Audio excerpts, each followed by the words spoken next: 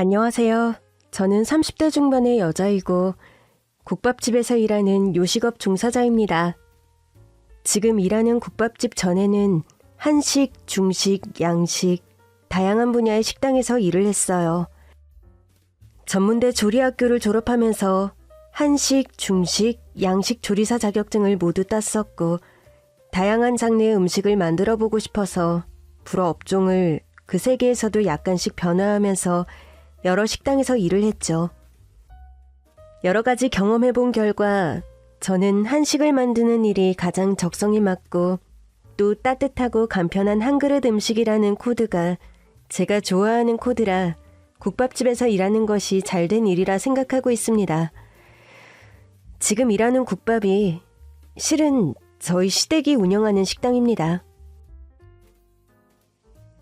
나름 유명한 맛집으로 소문났고 또 30년 넘게 대를 이어 운영되어 오고 있는 그런 노포 중에 한 곳이죠.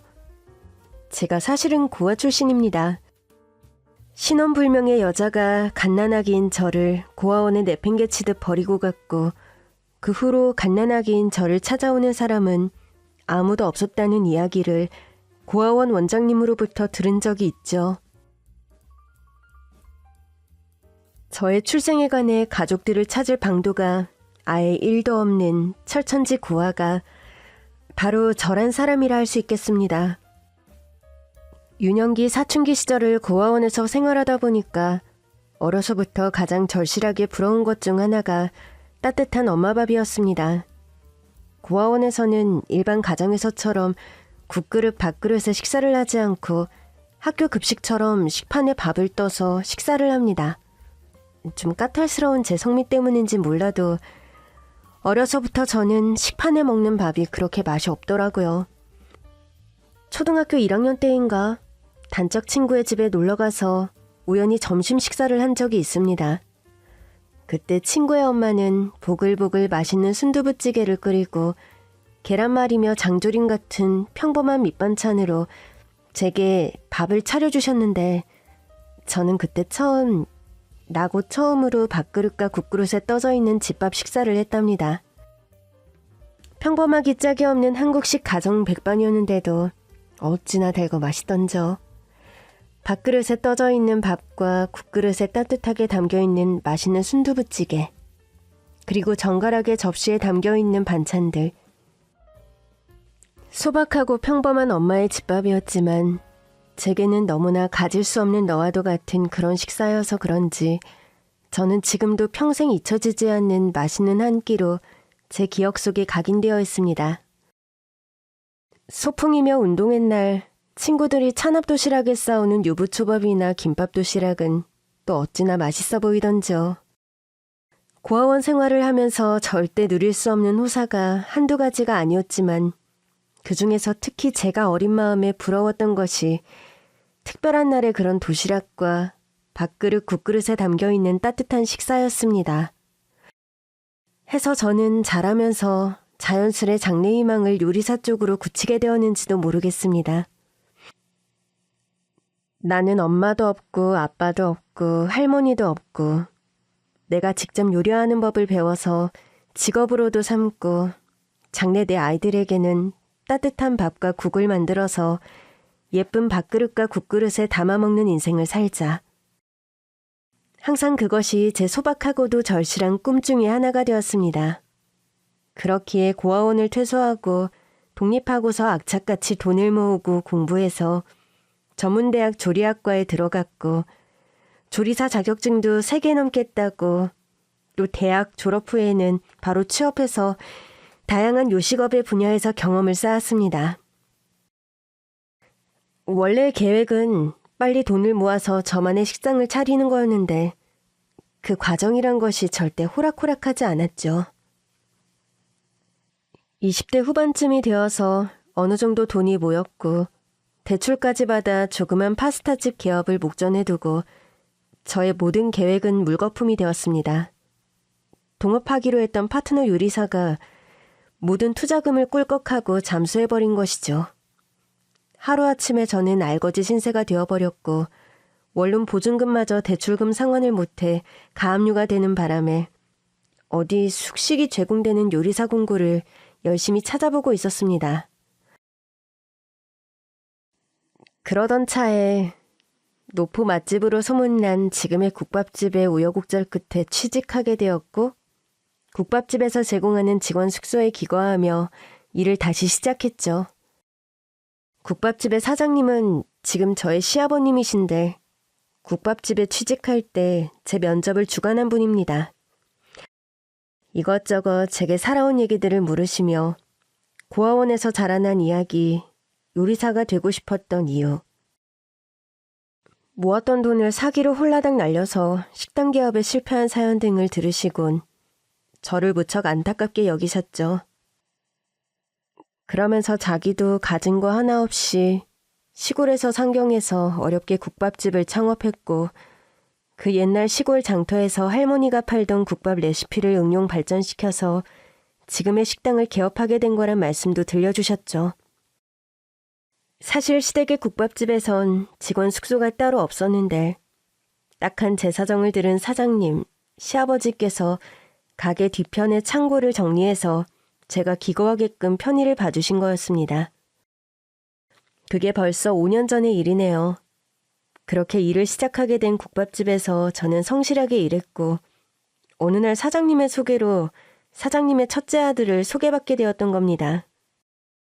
처음엔 사장님 아들인 줄도 모르고 가볍게 소개팅 비슷한 자리인 줄 알고 나갔는데 그 남자가 사실은 장가 안 가고 집에서 시험 공부 중인 사장님의 첫째 아들이었죠.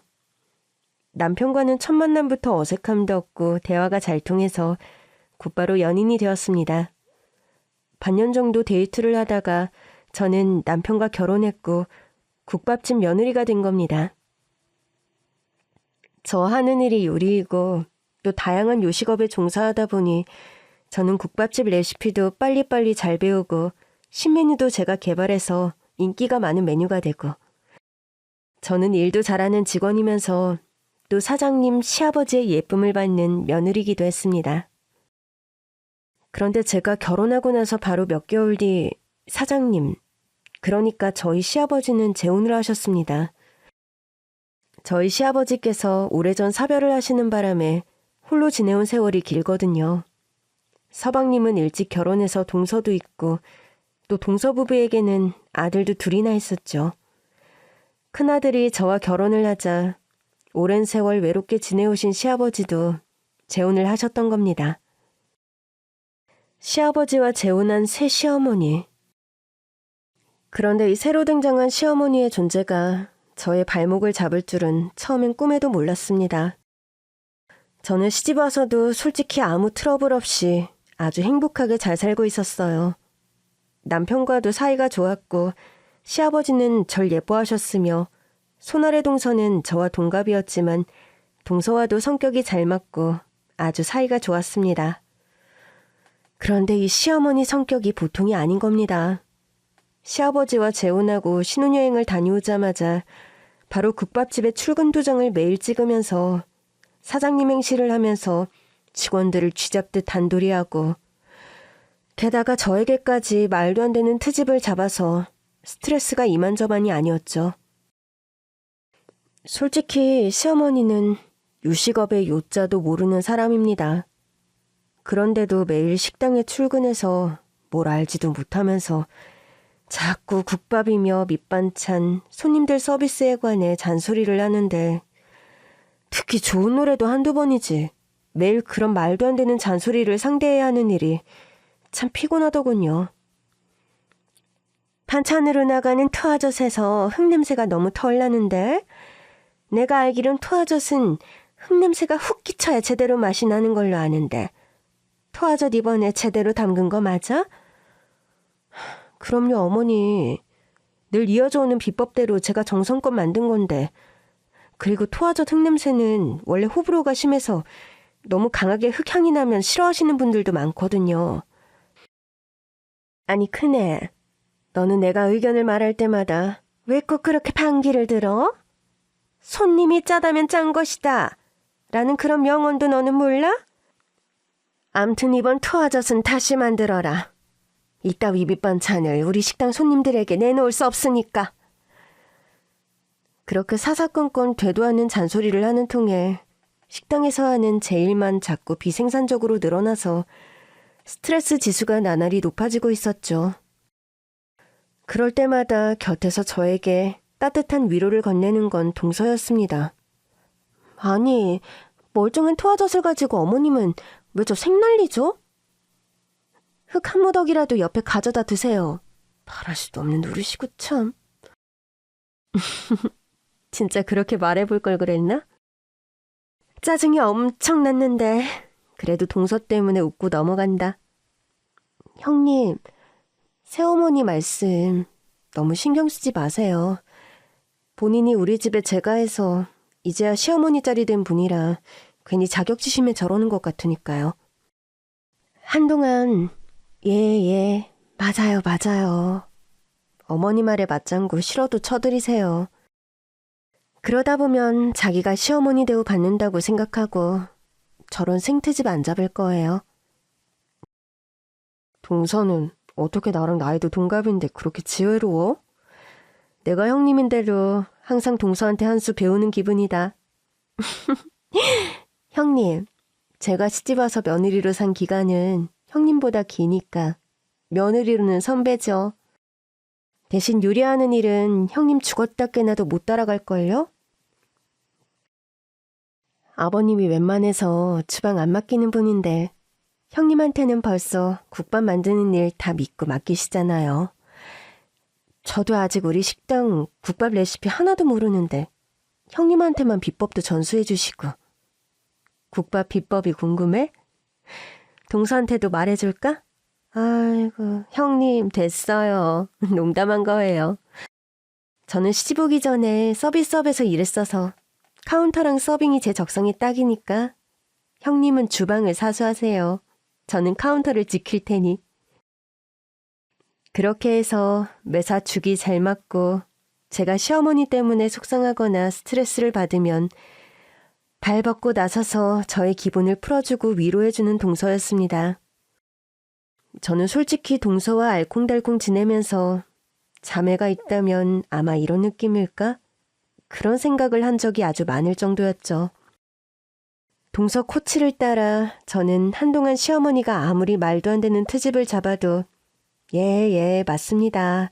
어머니 말씀이 맞네요. 정말 기를 쓰고 맞장구를 쳐주며 시어머니 비위를 맞추려고 노력했습니다. 현실적으로 제 남편은 결혼해서도 여태 회계사 시험 공부 중이었기에 실질적인 집안의 가장은 저였습니다. 국밥집에서 받는 월급이 절실했고 솔직히 제가 며느리가 되고부터 시아버지께서는 월급도 많이 인상해 주셔서 어디 다른 식당에 취직한다는들 그만한 월급을 받기가 어려웠죠. 여러 가지로 저는 국밥집에서 일을 오래 해야 했습니다. 게다가 어느 날이었던가요? 유달리 그날따라 단체 손님이다 뭐다 손님이 많아서 좀 늦게 가게 마감을 한 날이었습니다. 그날은 시어머니도 감기 몸살로 몸져 누워 국밥집에 나오지 않았고 직원들도 다 퇴근하고 저와 시아버지만 가게에 남아 나머지 뒷정리를 한 적이 있었죠. 셔터문 내리고 얼른 퇴근하자 그렇게 마음먹고 있는데 갑자기 시아버지께서 예, 그네야. 오늘 늦게 마감하느라 고생했다. 보니까 너도 끼니도 먹는 둥 마는 둥 하는데 나랑 소주나 한잔 하자꾸나. 뭐 안주거리도 별로 없는데 국밥이라도 한 그릇 말아드릴까요? 종일 국밥 마느라 국밥의 기억자도 보기 싫을 텐데 또 무슨 국밥이냐? 족발이나 하나 내가 나가서 사오마. 요 앞에 족발집이 먹을만 하잖니. 그렇게 몸소 근처 가게에 가서 시아버지께서는 족발을 사오셨고 그날 저와 둘이서 소주 한 잔을 했습니다. 둘이서 소주 거의 2병을 비워가던 때쯤 시아버지께서는 좀 불쾌한 얼굴로 그런 말씀을 하시는 겁니다. 네가 처음 여기 주방 요리사로 면접 보던 때가 엊그제 같은데 벌써 우리 집 며느리가 되다니. 인생사 참 한치 앞을 알 수 없구나. 너 같은 며느리를 맡게 돼서 참 천운이다 생각하며 사는 요즘이다. 아버님, 그런 말씀 마세요. 천의 고아인 저를 그런 거 반대하지 않고 며느리로 선뜻 받아주셔서 저는 지금도 아주 감사하게 생각하고 있습니다.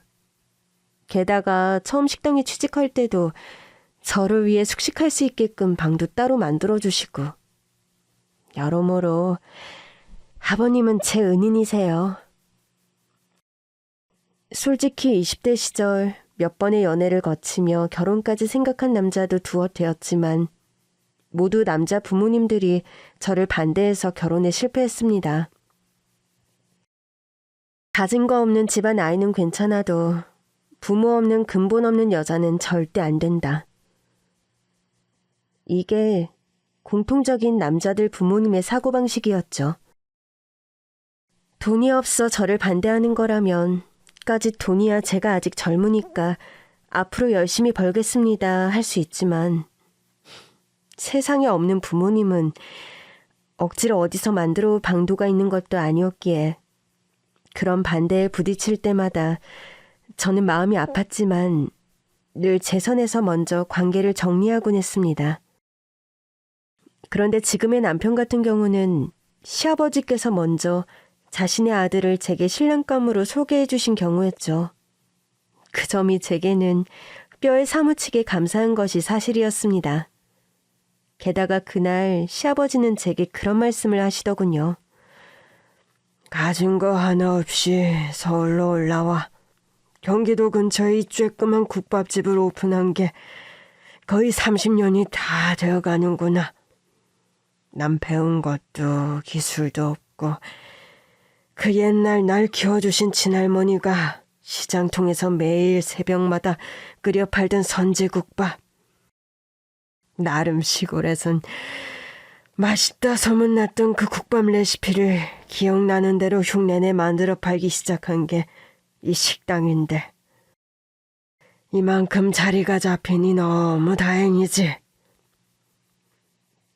손끝 야물고 부지런한 너에게 이 식당을 물려주고 싶다.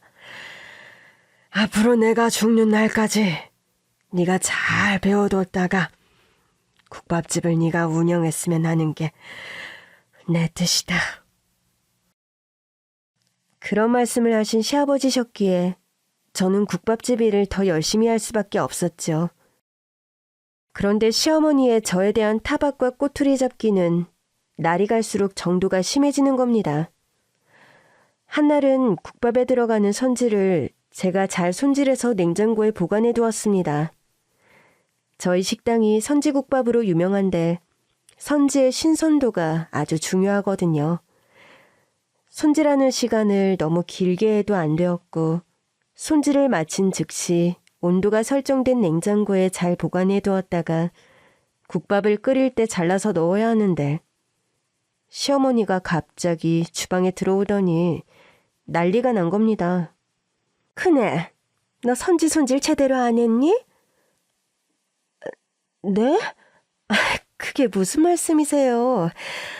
엊그제도 제가 빠르게 손질해서 바로 냉장고에 넣어뒀는데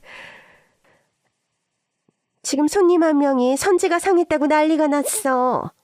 바로 냉장고에 넣어둔 선지가 상했다니 말이 안 되지. 시어머니는 도끼 눈을 하고 선지를 보관해둔 냉장고로 가더군요. 그러면서 온도 설정이 제대로 되어 있지 않은 것도 몰랐냐며 빽 고함을 지르는 겁니다. 냉장고 온도계를 보니 평소보다 10도나 높게 설정되어 있더군요. 참 이상한 노릇이었습니다. 냉장고 온도는 제가 수시로 체크하고 퇴근할 때도 늘 한 번 더 점검하는 사항인데 갑자기 온도가 높게 설정이 되다니 이해가 가질 않았죠. 시어머니는 노발대발하시면서 시아버지에게 이 사실을 과장되게 얘기했고 결국 저는 시아버지에게 호되게 야단을 맞았습니다. 실은 어쩌다 발생한 실수이고 평소 시아버지 성격이라면 냉장고 고장 아니냐며 저를 감싸주셨겠지만 시어머니 눈치를 보고 불어 저를 더 야단치는 거란 사실을 알 수 있었죠. 시어머니는 평소에도 툭하면 시아버지가 저를 편애한다고 대놓고 질투를 하는 분이었습니다. 당신은 어떻게 처말보다 큰 며느리 말을 더 잘 듣는 것 같네요. 나는 카운터 지키고 서빙 도우면서 손님들 의견을 취합해서 전달해 주는 건데 안 좋은 얘기만 제가 할라치면 큰애를 감싸고 놀고. 당신보다는 그네가 요식업에서 일한 경력도 많고 우리 식당 경험도 많은 게 사실이잖아. 여태껏 잘해왔고 손님들도 그네가 주방 맡은 후로 국밥 맛이 더 좋아졌다고 하는데 당신만 의견이 늘 부정적이니까 그렇지. 아니, 그럼 내가 뭐 없는 소리라도 지어낸다는 거예요? 내가 무슨 이득이 있다고 큰애를 당신한테 깎아내리겠어요? 아휴, 거참. 아유, 여보, 내 말은 그런 게 아니라. 시아버지께서는 나이가 한참이나 연하인 시어머니의 눈치를 많이 보시는 편이었죠. 무슨 스크린 골프인가 하면서 두 분이 만났다고 하는데 시아버지가 시어머니에게 첫눈에 반했다고 합니다. 시어머니는 시아버지보다 13살 연하로 나이도 시아버지보다 한참 어린데다 또 동안이고 몸매 관리도 부지런히 해서 나이보다 젊어 보였습니다. 결혼 전에는 화장품 방문 판매 일을 했다고 하던데 시아버지와 재혼 후 국밥집에 나와 동서와 함께 카운터도 보고 서빙도 하고 그랬죠. 형님, 솔직히 제가 카운터도 보고 서빙하는 직원도 있는데 굳이 어머님께서 식당에 나와야 할 이유를 모르겠네요. 듣자하니 아버님께 식당 일 돕는다고 월급 늦게 받으시던데. 아, 그래? 월급 받고 싶으셔서 그런가? 딱히 집에만 계셔도 소일거리도 없고 심심해서 그럴 수도 있고. 그렇게 심심하면 원래 하던 일이라도 하지. 왜 맨날 식당에 나와서 형님을 괴롭히나 몰라요? 무슨 국밥집에 욕심이라도 있는 사람처럼. 국밥집에 욕심? 뭐 주방엔 얼씬도 안 하면서 무슨. 그러니까요. 네일 아트 한 손 가지고 뭐 음식하고 설거지라도 하면 큰일 날 것처럼 하는 사람이 욕심만 많아가지고. 그렇게 동서와 저는 뒤에서 시어머니 험담을 하게 되는 경우가 많았죠. 정말 말도 안 되는 것으로 하도 생트집을 잡아 제가 시아버지에게 야단 맞는 일이 늘어나다 보니 어쩔 수가 없더군요. 그러던 어느 날 정말 말도 안 되는 사달이 발생했습니다. 한참 주방에서 국밥 육수를 뽑느라 고생하고 있는데 시아버지께서 씩씩대는 얼굴로 주방에 들어오시더군요. 그러면서 집으로 가서 조용히 할 얘기가 있으니 당장 따라오라는 겁니다. 저는 무슨 일이냐면서 영문을 알 수 없어 시아버지를 따라갔죠. 시아버지를 따라 시댁에 갔더니 시어머니가 아주 의기양양한 얼굴로 거실 소파에 앉아 계시더군요. 네가 벌인 지저분한 짓들 내가 다 명명백백히 증거 가지고 왔으니까 발 빼말 생각하지 말고 우리 앞에서 석고 대제하고 이 집에서 나갈 생각해. 아니, 이제 갑자기 일하고 있는 절 불러들여서 무슨 뚱딴지 같은 말씀이세요. 네가 그렇게 나올 줄 알고 내가 다 미리 준비를 해놨지. 그러면서 제 면전에 사진 몇 장을 휙 던지는데 저는 그 사진을 보고 정말 기함하는 줄 알았습니다. 사진 속에서 저와 국밥집 어린 남자 직원이 모텔에 들어가는 사진이 찍혀있더군요. 그리고 더 충격적인 서류 한 장이 눈앞에 떨어져 있었어요. 그 서류의 내용인 즉슨 우리 국밥집의 레시피를 하나도 빠짐없이 상세하게 넘기는 대신 현금 5천만 원을 일시금으로 지불받는다. 는 해괴망측한 계약서였습니다. 너 식당 남자 직원과 불륜을 저지른 것으로도 모자라. 우리 식당 비법. 그거 우리 식당 프랜차이즈 내달라고 조르던 최 사장한테 돈 받고 넘기게 사실이냐? 아니죠, 아버님. 무슨 말이 되는 소리를 들어야 그렇다 아니다 대거리라도 하죠. 남자 직원과 바람이라뇨. 나이도 저보다 한참 어린 동생 같은 애랑 제가 미쳤어요? 그리고 이런 정체불명의 계약서는 저는 처음 봅니다. 아버님이 최 사장하고 통화해서 다 사실 확인했어.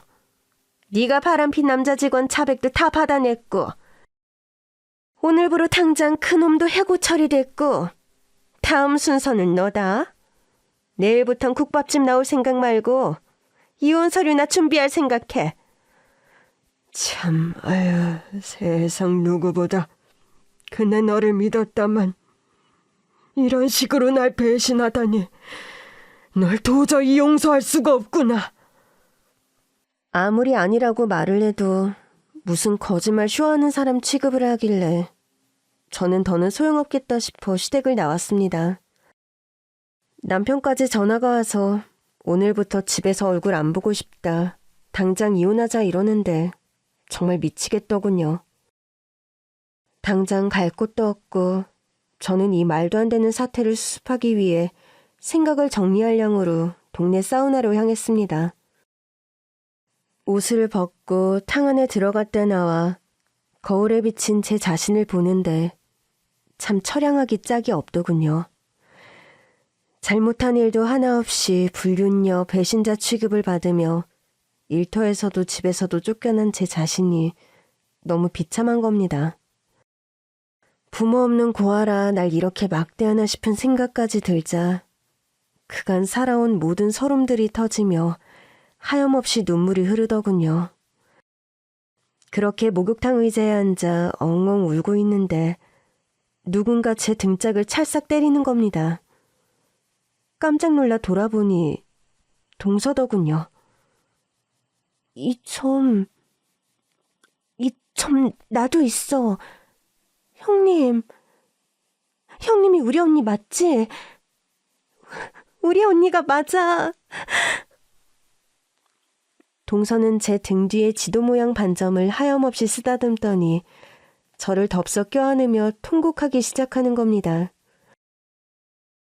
저는 너무 어이가 없고 경황이 없어 그런 동서를 일단 좀 두었다가 왜 그러냐 이유를 물었죠. 동서가 말하길 자신은 원래 이란성 쌍둥이였는데 시골 할머니 댁에 놀러 갔다가 친정엄마가 갑자기 출산하는 바람에 시골집에서 동서와 제가 태어났다 합니다. 경황 없는 출산이었던지라 가족들 모두 정신이 없었는데 동네에 바보 여자 한 명이 우연히 할머니 댁을 방문했다가 구경났다고 아기를 들여다보다 감쪽같이 저를 데리고 행방불명이 되었다 하네요. 식구들은 사라진 쌍둥이 언니를 찾아 미친 듯이 찾아 헤매었지만 그 바보 여자도 아기의 행방도 끝내 찾을 수 없었다는 겁니다. 그런데 그 언니와 본인이 이란성 쌍둥이임에도 유일하게 똑같은 표식이 등 뒤에 커다란 지도 모양의 반점이었다고 합니다. 그 반점이 유일한 언니의 흔적이라 그걸 토대로 전국의 고아원을 샅샅이 뒤진 적도 있다고 하네요. 그렇게 찾아 헤매었는데 자신의 등에 있는 점과 똑같은 점이 제게 있다며 제가 친언니가 맞다고 확신하는 동서였죠. 저는 그럴 법하다 생각하면서도 너무 믿을 수 없는지라 일단 친자 확인 검사를 하자고 했습니다. 동서는 사우나에서 당장 나와 친정집으로 저를 데리고 가더군요. 동서의 친정에는 치매로 투병 중인 동서의 친정엄마가 계셨습니다.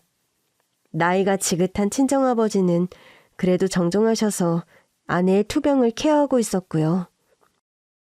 그런데 동서의 친정아버지는 저를 보고 누구시오 하고 인사를 하는 데 비해 동서의 친정엄마는 거실에 흔들의자에 앉아있다 저를 보자마자 초면에 대뜸하신단 말이 우리 선옥이 아니냐. 아이고 내 딸, 우리 집 첫째 딸 어디 갔다 이제야 왔어. 응? 하며 흐느끼며 저를 덥석 안는 겁니다. 그 모습을 보고 동서도 울고 또 친정아버지도 눈물이 그렁해지시는데 저는 너무 경황이었고 놀라워서 아무 말도 할 수 없더군요. 동서의 친정엄마는 치매로 투병 중이어서 정신이 오락가락하고 컨디션이 안 좋을 땐 동서도 못 알아보시는데 저를 딸이라고 단박에 알아보시는 게 신기하다더군요. 그런데요, 저희 엄마가 저를 한눈에 알아본 데는 나름의 사정이 있었습니다. 후에 알게 된 사실인데 돌아가신 외할머니와 저의 외양이 붕어빵 마냥 똑같았던 겁니다. 정신이 흐릿한 와중에도 또렷한 이성을 찾는 순간이 있는 것이 치매 환자들이고 또 자신의 친정엄마와 똑같은 모습의 젊은 여자, 그리고 엄마로서의 동물적인 본능.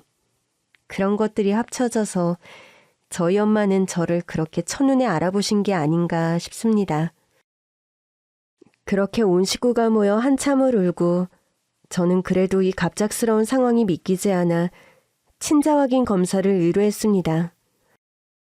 보름쯤의 시간이 지난 뒤 결과가 나왔고 엄마와 저는 친자가 맞다는 결론이 나왔습니다.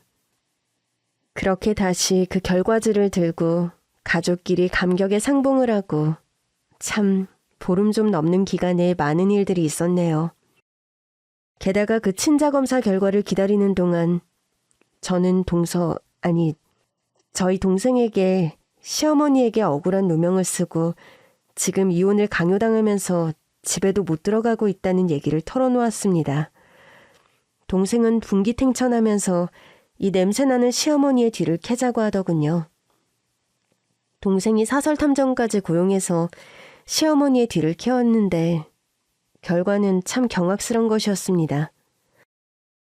시어머니가요, 실은 저희 시아버지와 재혼 전에 사실혼 관계에 남자가 있었는데 그 남자와 정리도 하지 않고 이중으로 시아버지와 재혼을 했던 겁니다.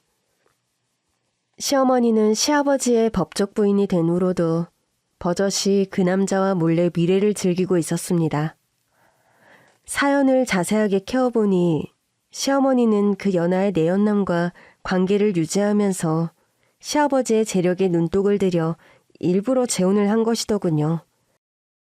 시어머니의 뒤를 캐며 동생과 저는 시아버지의 비밀 하나도 새롭게 알게 되었습니다.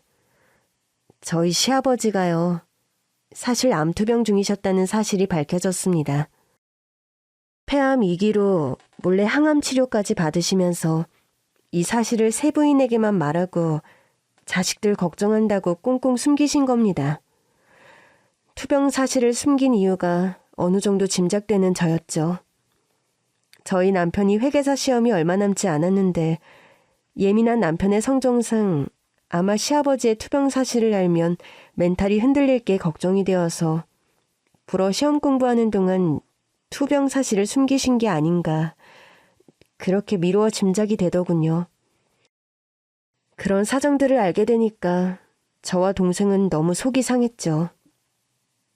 못된 시어머니는 시아버지의 투병 사실을 결혼 전부터 알았고 시아버지가 오래 살지 못할 거라고 생각하고 서둘러 혼인신고하고 아내 자격으로 시아버지가 돌아가시면 국밥집을 본인이 집어삼키려고 했다는군요.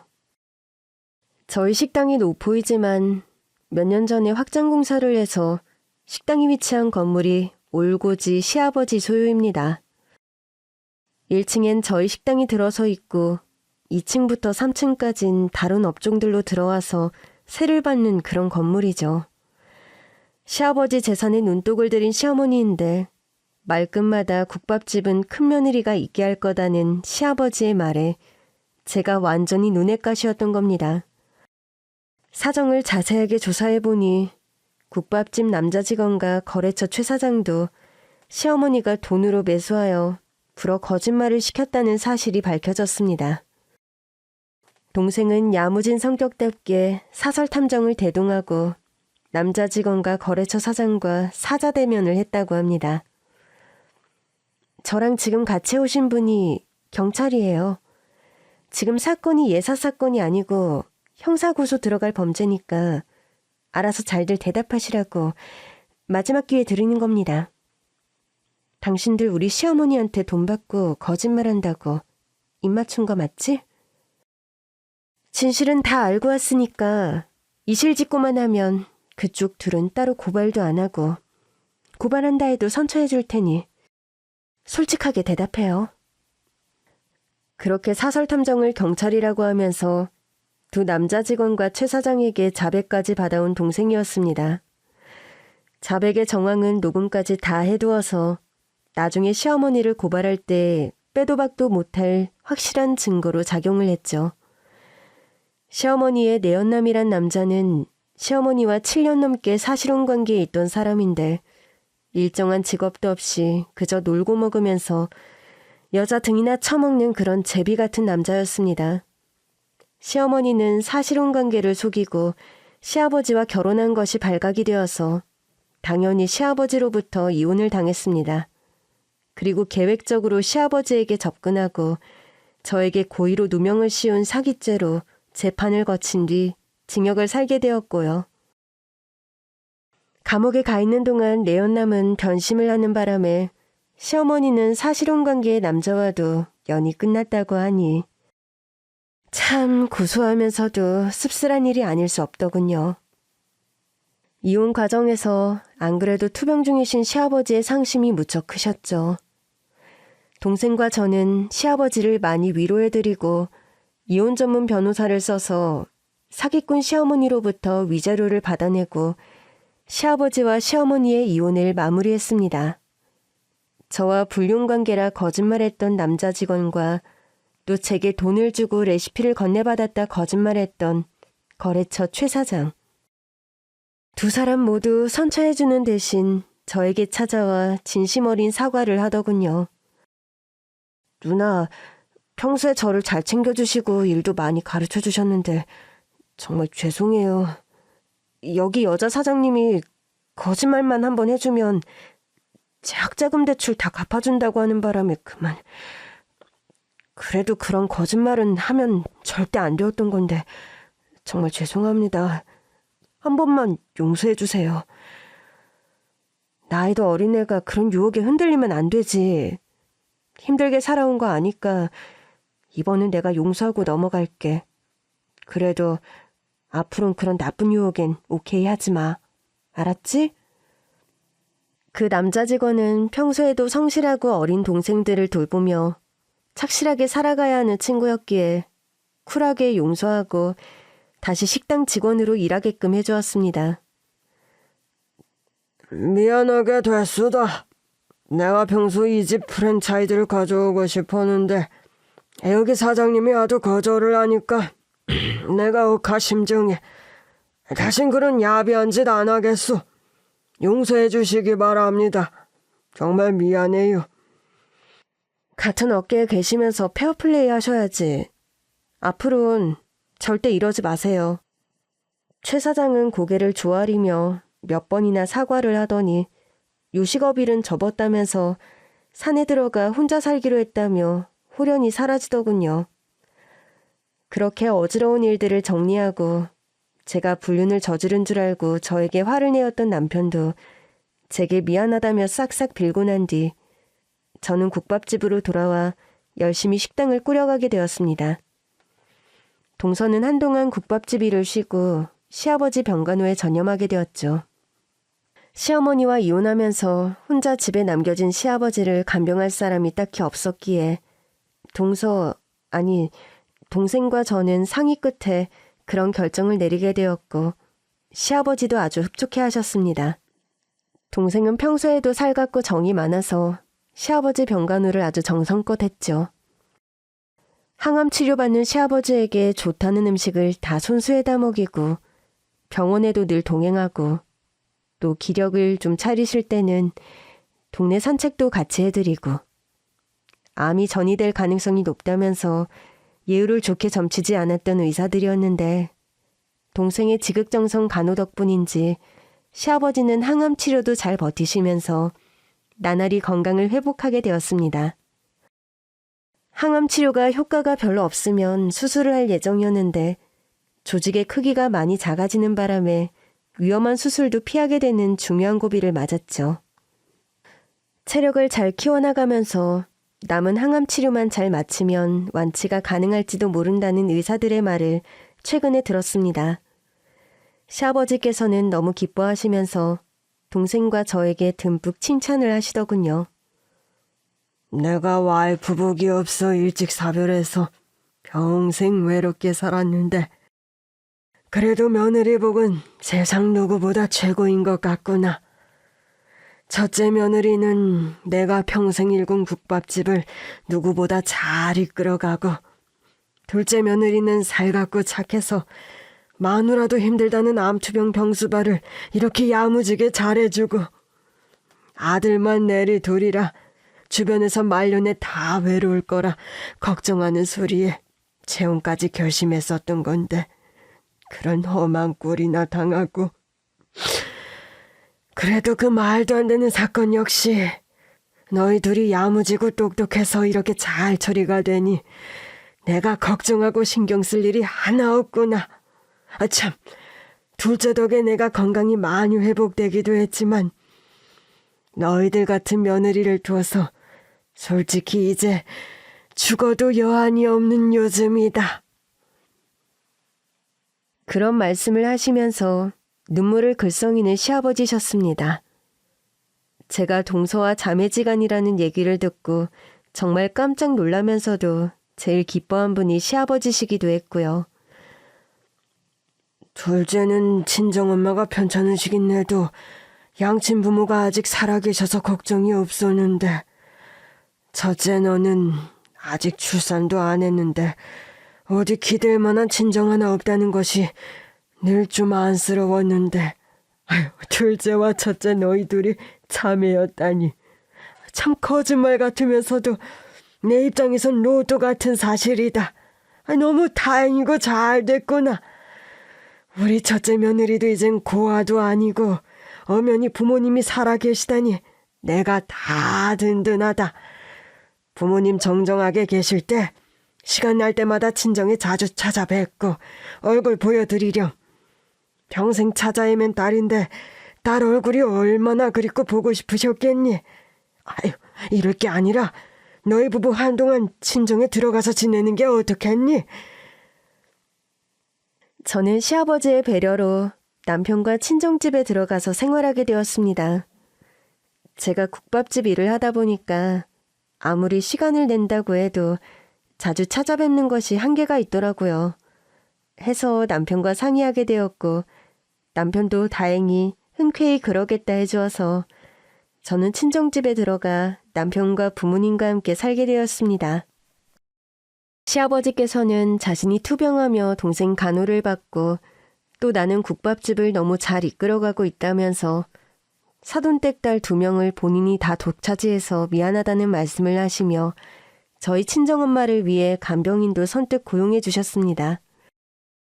연로하신 친정아버지 혼자 친정엄마 케어가 힘든 것이 사실이었는데 시아버지가 이런 배려를 해주셔서 친정아버지께서도 너무 고마워하셨죠. 제가 바깥일을 한다고 친정아버지는 아침마다 집에서 제일 먼저 일어나셔서 아침 식사를 준비하십니다. 아빠, 엄마 케어하는 것도 힘드신데 아침 식사는 그냥 두세요. 제가 하는 일이 음식인데 속도도 제가 더 빠르고요. 아침 식사는 제가 준비할 테니까 아빠는 그냥 엄마랑 같이 일어나서 식사만 하세요.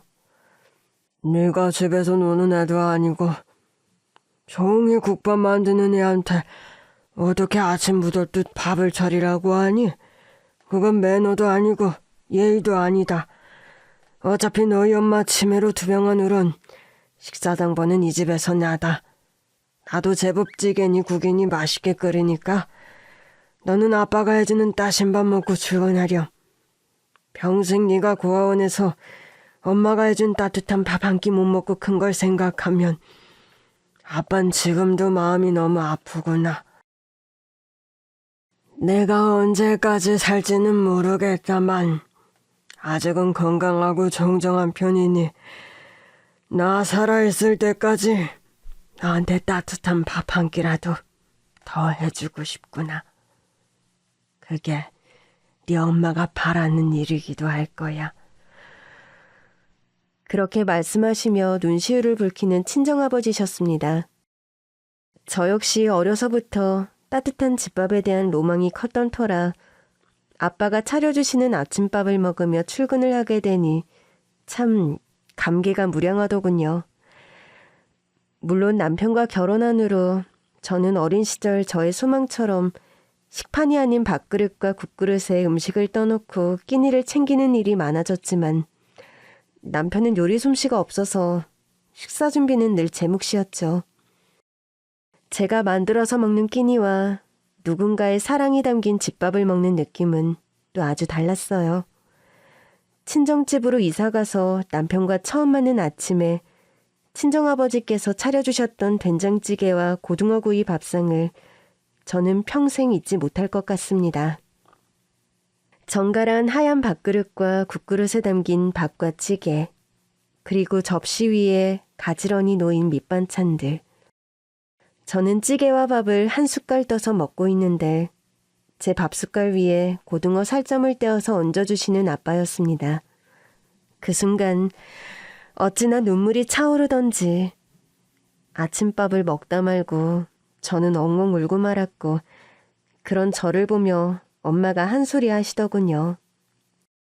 울지 마, 아가씨. 아침 식전 대바람부터 눈물 콧물 짜면 하루 종일 재수 없댔어. 울지 말고 활짝 웃으면서 밥 먹어, 응? 정신이 오락가락 하실 때는 큰딸인 저에게 아가씨라고 하는 엄마입니다. 엄마는 저를 처음 대면한 날 저를 초면에 우리 딸, 우리 첫째 딸 맞지? 하고 알아보신 후로는 저를 잘 알아보시지 못합니다.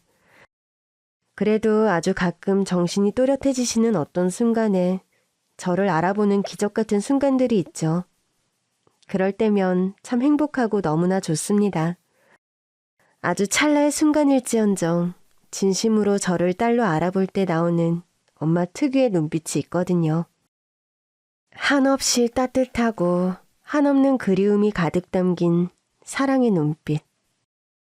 저는 연애를 하면서도 엄마에게서 받아본 그런 따뜻한 눈빛은 받아본 적 없는 것 같아요. 물론 엄마의 사랑과 연애 감정은 전혀 다른 것이지만 저는 가끔씩 엄마가 기억이 돌아오시는 순간에 세상에서 가장 따뜻한 눈빛을 느끼곤 합니다. 제가 부모님을 되찾게 된 것이 정말 기막힌 우연에 의해서였고 제 나이 30 중후반이 되어서 찾은 것이니 그리 빨리 재회했다고 할 순 없지만 그래도 부모님이 세상에 살아계실 때 부모와 자식으로 만나게 된 것이 얼마나 행운인지 모릅니다. 매주 월요일에는 국밥집이 휴무입니다. 그날엔 동생도 남편을 데리고 친정집으로 오고 온 식구가 함께 같이 식사를 하곤 합니다. 친정엄마께서 치매를 앓으신 후로 낯선 식당에 가는 것을 별로 좋아하지 않으셔서 외식을 웬만하면 피하게 됐다고 하는데 저는 이날 가족들을 위해서 솜씨발이를 많이 하는 편이죠. 친정집이 아담한 단독주택인데 으리으리한 부잣집은 아니지만 그래도 마당도 있고 운치가 있는 집이랍니다. 마당에는 목공예가 취미이신 친정아버지께서 손수 만든 평상이 놓여 있는데 날씨가 좋을 때는 온 식구가 그 평상 위에서 식사를 하곤 합니다. 제가 음식을 이것저것 만들면 동생이 정갈한 접시와 그릇에 음식들을 담죠. 한날은 동생이 설거지가 귀찮으니 밖에서 식사하는 날은 일회용 그릇을 쓰는 게 어떻겠냐고 묻더군요. 일회용이 편하긴 하지만 내가 고아원에서 자라서 제일 부러웠던 게 하얀 밥그릇이랑 국그릇에 음식을 떠서 식사하는 거였거든. 친구 집에 가면 어찌나 그게 부럽던지. 있잖아, 난 가족을 찾았단 실감을 밥그릇 국그릇에 담긴 식사를 하면서 맨날 실감한다? 월요일마다 엄마 아빠랑 너희 부부랑 이렇게 식사하는 순간이 나는 힐링하는 시간이야. 설거지는 우리 남자들한테 시켜도 되니까 번거로워도 그릇에 담아서 먹자. 언니, 난 언니가 그런 생각하는 줄도 모르고 내가 생각이 짧았어.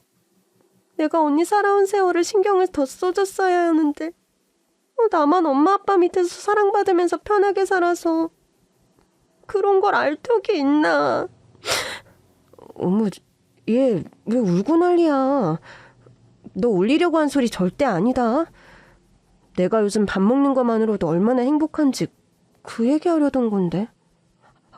그만 뚝해. 별 생각 없이 내뱉은 제 말에 동생이 폭풍 오열을 하는 바람에 저는 너무 당황했죠. 동생 입장에선 그럴 법도 할 만한 일이니 제가 되려 미안해지더군요. 친정집에 들어올 즈음 회계사 시험을 치렀던 남편은 당당히 합격을 해서 집안이 축제 분위기인 요즘입니다. 시아버지 건강도 나날이 호전 중이고 국밥집 운영도 잘 되어서 며칠 전에는 한 식품업체 MD가 홈쇼핑 진출을 제의하며 식당에 찾아왔었습니다. 시아버지께 말씀드렸더니 전적으로 제가 알아서 결정하라고 하시더군요. 그러면서 투병하시는 동안 생각한 것이 많다면서 식당 경영에 관한 전반적인 권리를 모두 제게 넘겨주셨습니다. 시아버지의 이런 결정으로 인해 저는 국밥집 CEO가 되었고 동생은 경영과 서비스 전반을 책임지는 총괄 매니저가 되었죠. 국밥집이 위치한 건물에 관해 시아버지께서는 최근 저와 동생의 공동 명의로 상속 절차를 마치셨습니다. 주변에선 아들들 명의로 상속을 안 하고 며느리들 명의로 상속했다면서 타박하는 말들을 많이 했다고 하네요. 부부가 일심동체인데 누구 명의로 된 게 무슨 대수라고 그 난리들인가. 솔직히 우리 집은 아들들보다 며느리들이 더 믿음직하고 좋은 걸 뭐 어쩌라고. 안 그러냐? 큰애야 둘째야.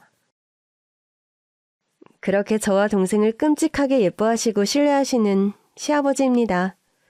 그런 말씀을 하시는 시아버지를 보고 남편들도 어이가 없다는 듯 웃곤 합니다. 우리 집은 뭔가 뒤바뀌어도 한참 뒤바뀐 것 같다고 하면서도 영 싫은 것 같지는 않은 표정의 남편들이었죠. 동생과 의논 끝에 국밥집의 시그니처 메뉴인 선지국밥을 홈쇼핑에 판매해보기로 결정을 내렸습니다. 야무지고 똑똑한 동생의 심사숙고가 반영된 결정이니 좋은 결과가 있을 거란 믿음을 가져봅니다.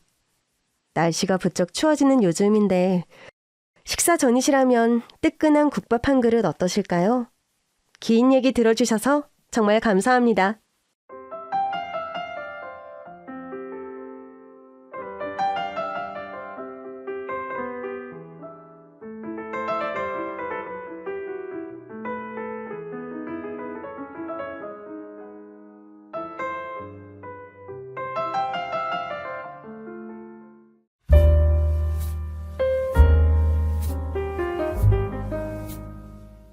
안녕하세요.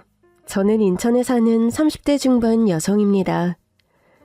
저는 어린 시절 잠시 부유했던 기억이 있지만 10살 때부터 가세가 기울어 안 해본 일이 없는 그야말로 산전수전 공중전의 삶을 살았습니다.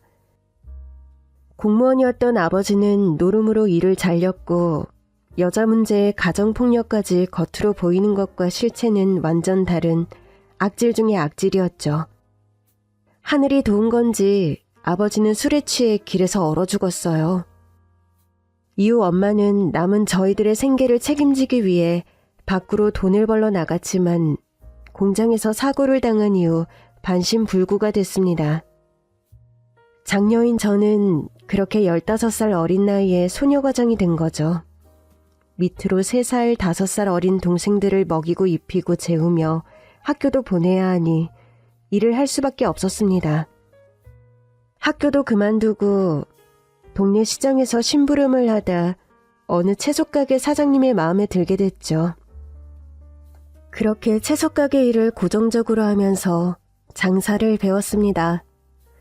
저는 초졸이지만 동생들만큼은 배 안 굶고 고등학교를 나오게 하고 싶어서 새벽 일찍 일어나 도시락을 쌌어요.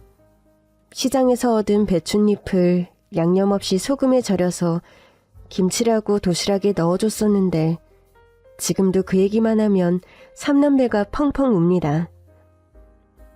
정말 바쁘게 살았어요. 새벽 5시부터 나가 하루 18시간씩 일했고 20대 중반부터는 내 가게를 꿈꾸며 채소 가게에서 판매 및 관리 총괄 업무를 맡았죠. 20살이 되던 해 누워만 있던 엄마는 시름시름 앓다가 숨을 거두셨어요. 하늘 아래 완전한 고아가 된 거죠. 그래도 저희 3남매는 각자 자리에서 정말 열심히 살았습니다. 저는 시장에서 일했지만 그래도 동생들은 전문대학이라도 다 보냈어요. 연애 한번 해본 적도 없이 나이를 거꾸로 살아가는 사람처럼 살았죠. 외모도 20대 초반인데 시장 아줌마 같았어요. 그래도 그때를 생각하면 참 재밌었는데 그 아줌마와의 인연도 거기서 시작됐거든요. 시장에서 일하다 보면 다 비슷비슷해 보이는 사람들 같지만 어디나 사람 모이는 곳이 다 그렇듯 장노릇을 하는 사람들이 있잖아요. 기세기로 유명했던 그 아줌마, 바로 순댓집 아줌마가 딱 그랬습니다. 상인회장도 아니면서 가게들마다 참견이란 참견은 다 있고 옆집에서 조그만 물건이 넘어오면 아침부터 소리를 버럭버럭 질러대면서 한바탕 소란을 일으켰어요. 저는 시장에서 성실하기로 유명했고 어린 나이부터 이 가게 저 가게 심부름을 하며 싹싹함을 무기로 일했던 터라 평판은 좋았거든요. 웬만하면 순댓집 아줌마와는 부딪히고 싶지 않았는데 그날따라 그렇게 시비를 거는 거예요. 어이, 채소 가게. 오늘 받은 파 상태가 너무 안 좋던데 이거 봐봐, 이거 어쩔 거야. 누구 오늘 장사 시작도 전에 말아먹게 할 일 있어? 네? 그럴 리가 없는데. 어디 봐요. 어머, 얘 봐라. 내가 거짓말할 사람으로 보여? 여기 봐봐. 파 끝이 다 누렇게 시들시들 하잖아. 이거 오늘 저희 집에서 받은 거 맞아요? 제가 꼭두 새벽부터 나와서 일일이 다 검수하는데? 얘 이거 안 되겠네. 김 사장한테 내가 직접 말해서 홍군형을 내줘야겠어. 같은 상인끼리 이렇게 장사하면 되나? 너 어디 물건 바꿔치기 해서 시장 상인들한텐 못 쓰는 물건 돌리는 거 아니야? 너무 어이가 없었죠. 그날 시장 안에 다른 가게들도 다 배달된 물건인데 왜 순댓집에서만 항의가 들어오냐고요. 그것부터가 말이 안 됐습니다. 그 아줌마 때문에 구경하던 손님들까지 쫓을 것 같아서 저는 일단 알았다며 다른 물건을 다시 가져다 드릴 테니 가 있으라고 타일러 보냈습니다. 그 일이 있은 후부터 저는 순댓집 물건은 직접 배달했고 그 자리에서 물건을 다 펼쳐 보여줬죠. 그런데 참 인연이라는 게 무서워요. 이렇게 그냥 시장에서 마주치기도 싫은 그냥 상인 한 명으로 그 인연이 끝인 줄 알았는데 말이죠.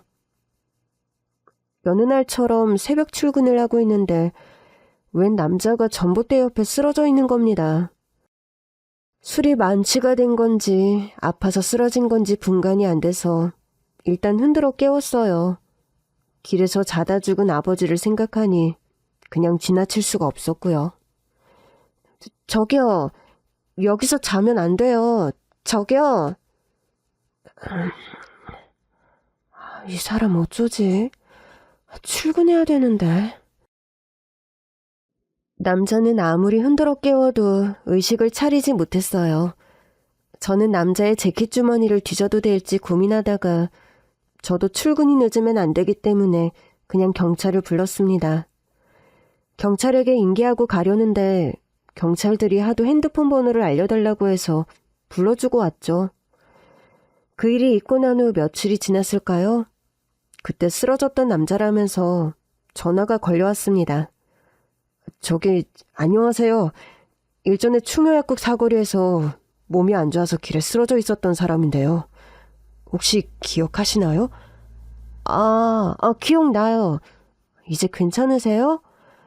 네, 정말 감사했어요.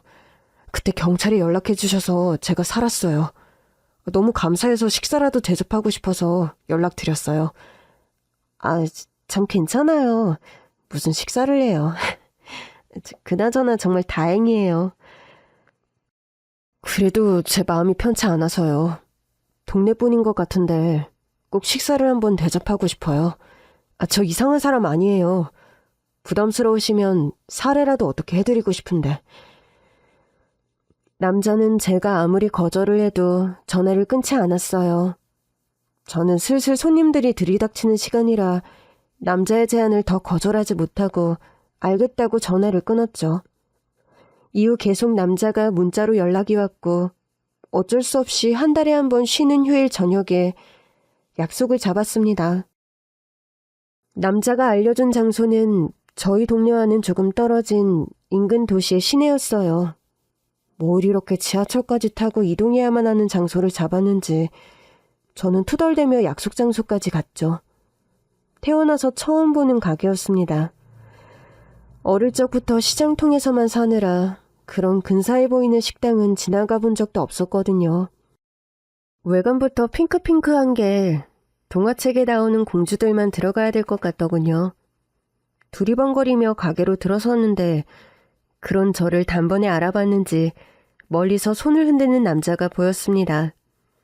꽤 멀리서 봤는데도 허연 얼굴에 입술은 마치 여자처럼 붉은 남자였어요.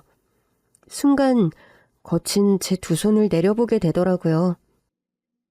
그렇게 그 남자와 그 남자 얼굴만큼이나 허옇고 부드러운 파스타를 먹었어요. 그게 난생 처음 먹어본 파스타였습니다. 남자는 시장통 아저씨들과는 모든 게 달랐죠. 저는 사실 파스타처럼 고운 외모보다 그 굴곡 없는 긴 손가락에 반했는지도 모르겠습니다. 천사의 손 같은 그 고운 손을 잡으면 같이 낙원으로 갈 것 같은 이상한 감정이 들었거든요. 서머슴 같은 제가 그런 꿈을 꾼다는 건 마치 누더기를 입은 신데렐라가 마법으로 만든 호박마차와 유리구두 한 짝 덕분에 왕자와 결혼한다는 동화 속에나 입을 법한 이야기 같은 것이었죠. 그런데 진짜 한 달에 한 번 쉰다고요? 그럼 아침, 점심, 저녁 중 짬이 나는 시간이 아예 없는 거예요? 그건 아닌데 평소엔 새벽에 나가서 밤에 오니까요. 아, 그렇군요. 그럼 우리 집도 가까운 것 같은데 수다 친구나 할까요? 수다 친구요? 그게 뭐예요? 뭐 말 그대로요. 짬날 때 수다 떠는 그냥 동네 친구. 그런데 그 짬이라는 게 제가 밤이라서. 밤이 수다 떨기 제일 좋은 시간이죠. 피곤한 하루를 끝내고 하루 종일 겪은 일들 씹고 욕하고 그렇게 털어내기? 오케이? 그렇긴 하네요. 괜찮죠? 동네 사람들 잘 안 가는 편의점 하나 있어요. 그 앞에 파라솔이 근사하게 잘 돼 있거든요. 요즘처럼 선선한 날씨엔 딱 좋아요. 아, 저 거기 어딘지 알 것 같은데. 시장에서 역으로 가는 지름길 골목 삼거리에 있는 큰 편의점이죠? 오, 완전 통했네. 거기 규모는 좀 있어도 우리 동네 사람들은 거의 잘 모르는데 신기하네요. 우리 오가다 본 적도 있었겠어요? 그렇게 그 남자와 저는 틈날 때마다 퇴근길에 만나 캔맥주를 마시며 수다를 떠는 친구가 됐어요. 저는 남들에게 잘 말하지 못했던 가정사를 그 남자에게 다 털어놓았죠. 가방끈도 짧아 친구도 없던 제게 그는 아무도 모르게 숨겨둔 나만의 오아시스 같은 사람이었습니다. 반면 남자는 공부를 오래 했지만 공무원 시험에 여러 번 낙방했다고 했어요. 그래서 이제 다른 길을 찾고 있는데 그것도 여의치 않다며 힘들어했었죠. 저는 아는 게 없어서 큰 위로는 못 해주었지만 잘 될 수 있을 거라며 응원해 주었고 꽤 시간이 흐르자 일과를 다 공유하는 유일한 사람이 되어갔습니다. 가게에서 계산을 잘 못해 사장에게 깨진 얘기, 꽈배기집 아줌마와 닭집 아저씨가 싸운 얘기 등등. 소소한 시장통 얘기를 하며 깔깔대는 그 시간이 정말 좋았습니다. 그러던 어느 날 제가 너무 바빠서 연락이 안 된 적이 있어요. 남자는 보통 문자로만 연락을 했었는데 그날은 무슨 일인지 부재중 전화가 너무 많이 와 있는 거예요. 여보세요? 오늘 일이 너무 늦게 끝나서 전화를 늦게 받았어요. 많이 걱정했어요. 원래도 그 골목이 좀 어둡잖아요. 지아씨 그렇게 늦은 밤에 퇴근하니까 더 걱정했죠. 그래서 계속 골목 귀퉁이에서 기다렸어요. 몇 달에 한 번 이런 날이 있거든요. 내일부터 추석 대목이라 물건이 많이 들어와서 정리를 다 못한 게 있어서 남아서 했어요. 그랬구나. 우리 지금이라도 만날래요? 무슨 일 있어요? 아니, 그런 건 아니고요. 암튼 삼거리 커피집에서 봐요. 어딘지 알죠? 알긴 아는데 일단 알겠어요. 그날따라 남자의 목소리가 무겁게 가라앉아 있었어요. 저는 너무 피곤했지만 그를 만나러 갔습니다. 좀 걱정도 됐고 아마 그때 알았던 것 같아요. 제가 그를 더 이상 수다 친구로 생각하지 않는다는 걸요. 여기에요. 무슨 일이에요? 카페에서 보자고 하고 저한테 흙냄새 날 것 같은데 이런데 들어와도 되나? 무슨 소리예요. 여기 어떤 사람이든 다 오고 갈 수 있는 그냥 24시 커피집일 뿐인데. 그런데 왜 그렇게 전화를 많이 했어요? 진짜 무슨 급한 일 있었던 거예요? 일단 숨 좀 고르시고요. 지아씨, 제가 전화를 왜 많이 했을까요? 네? 지아씨는 다 좋은데 왜 이렇게 눈치가 없어요? 무슨 소리예요? 장난치지 말고 그냥 말해봐요. 제가 거의 100일이 다 되도록 지아씨 퇴근 시간 기다렸다가 지아씨 가는 길목 편의점으로 출근하는 이유가 뭐겠어요? 저 지아씨 좋아해요. 스타 친구 말고요. 여자로서. 그리고 처음부터 좋아했어요. 처음 봤을 때부터. 남자의 갑작스런 고백에 어안이 벙벙했습니다. 산전수전 공중전의 도돌이표 같은 삶을 살며 여자로서의 삶은 제 스스로도 상상한 적도 없었죠. 또 저에 비해 연약해 보이기만 했던 이 고운 남자가 저를 여자로서 좋아한다뇨.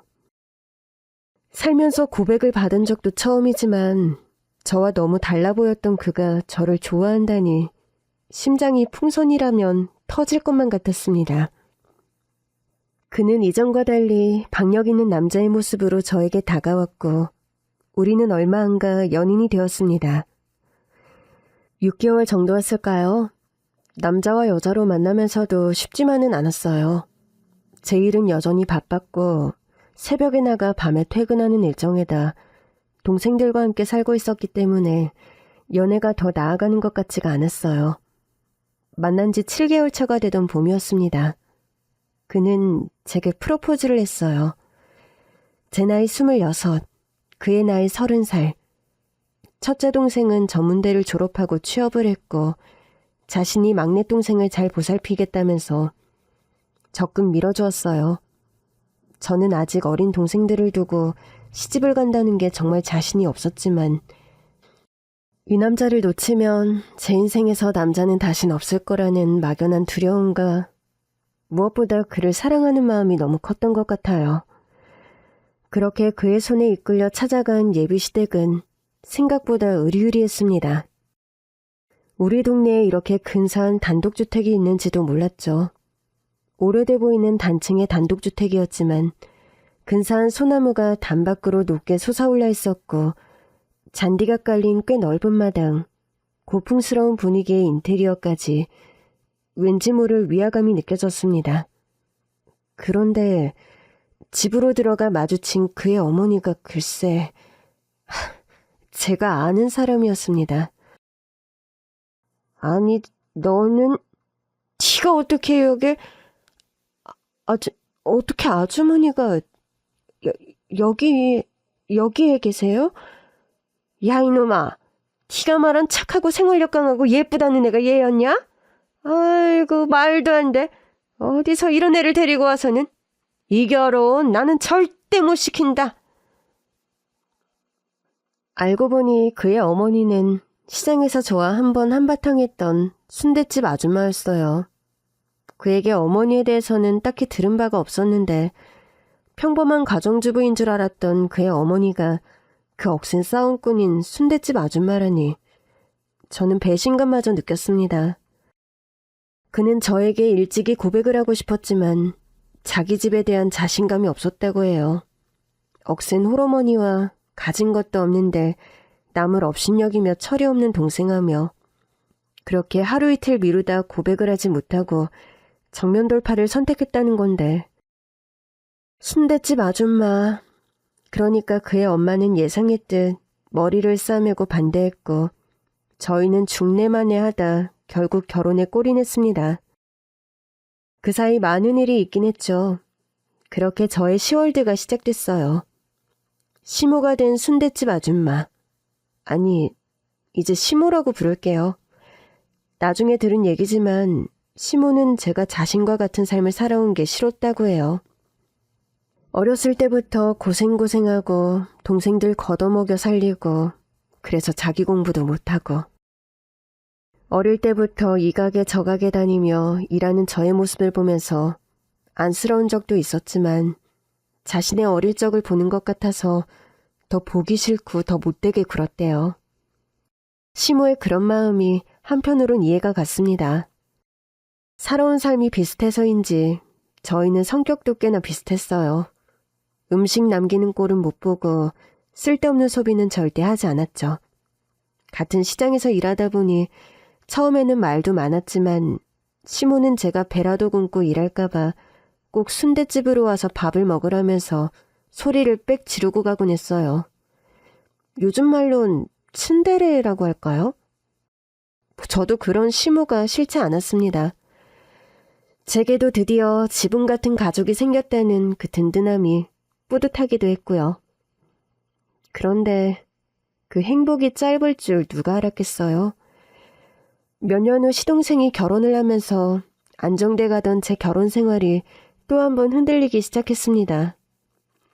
앞서 말했듯 시동생은 본인은 가진 게 없는데도 이상한 계급의식이 있는 사람이었어요. 순댓집을 하면서 재산을 크게 모은 시모만 믿고 온갖 소개팅은 다 하고 다니다가 웬 대학원생을 꿰어서 결혼을 한 건데요. 그 시동생의 그 와이프였습니다. 동서는 박사과정을 준비하고 있었거든요. 한마디로 저와 달리 배운 여자였죠. 저는 그런 동서가 멋있고 친해지고 싶었는데 동서는 아니었나 봐요.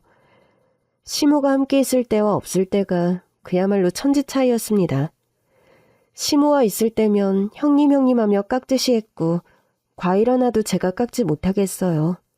그런데 시모가 잠시 화장실만 가도 완전히 돌변했습니다. 처음엔 그 정도가 심하지 않았는데 날이 갈수록 더했어요. 저기요, 아무리 제가 한다고 했어도 아무것도 안 하시면 어떡해요? 동서, 지금 무슨 얘기야? 또 못 들으신 척 하네. 귀가 안 들리나? 아니에요. 됐어요. 지금 내가 못 들은 척 한다고 했어? 어머, 형님, 갑자기 왜 그러세요? 저는 잘한다고 했는데. 기분 언짢으신 게 있으시면 그냥 말씀해 주세요. 제가 앞으로 더 잘할게요. 너 지금 뭐 하는 거냐? 어머니, 아니 그게 아니라 동서가 지금 저한테 아니에요, 어머니. 제가 형님 기분을 상하게 해드렸나 봐요. 아니, 지금 기분 상할 일이 뭐가 있어. 과일 먹다가. 참나, 아유. 너 뭐 때문에 애를 찾고 있었어? 잘 됐다. 말 나온 김에 말 좀 해봐라. 지난번 추석 선물 세트 사건도 내 보기에 네가 너무했더만.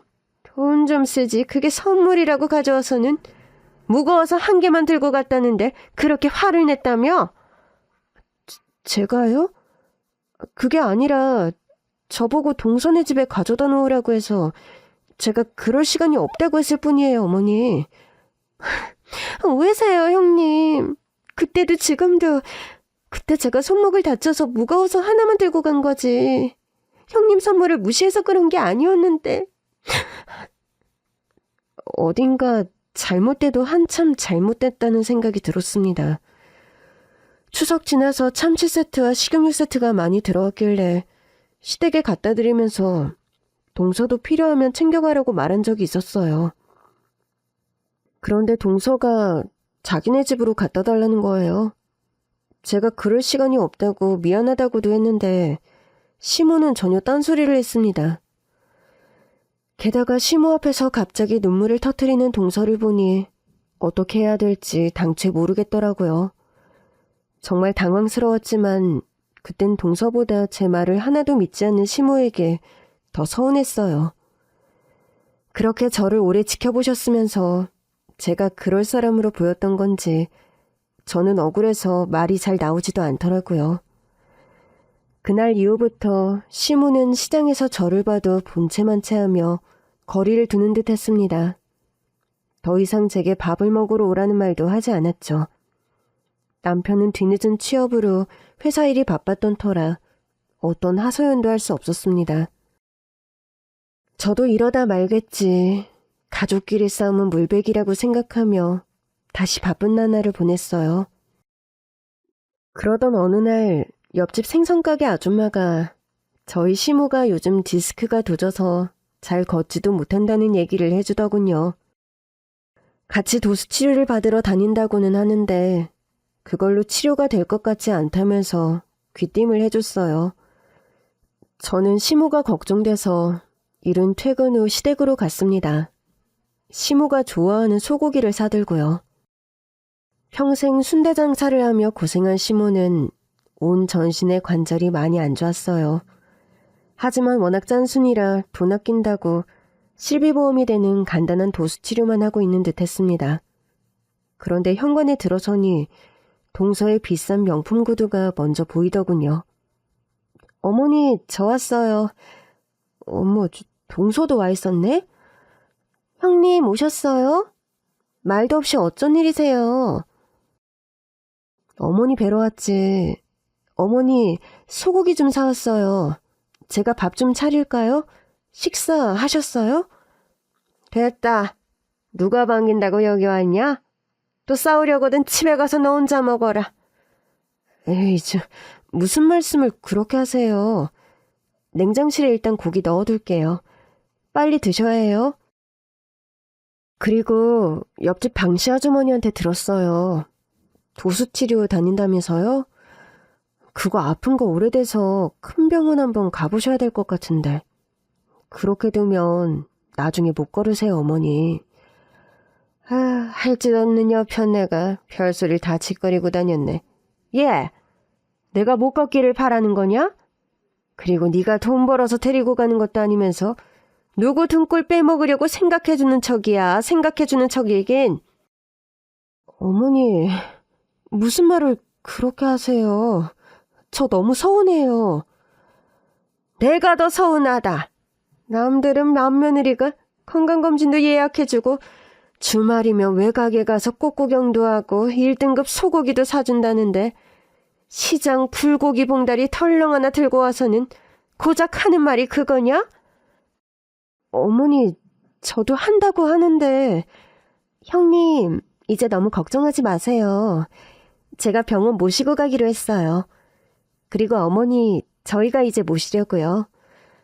어머니 이제 연세도 있으신데 이 큰 집에 혼자 두시기도 그렇고. 특히 국밥집은 그만하셨으면 좋겠어요.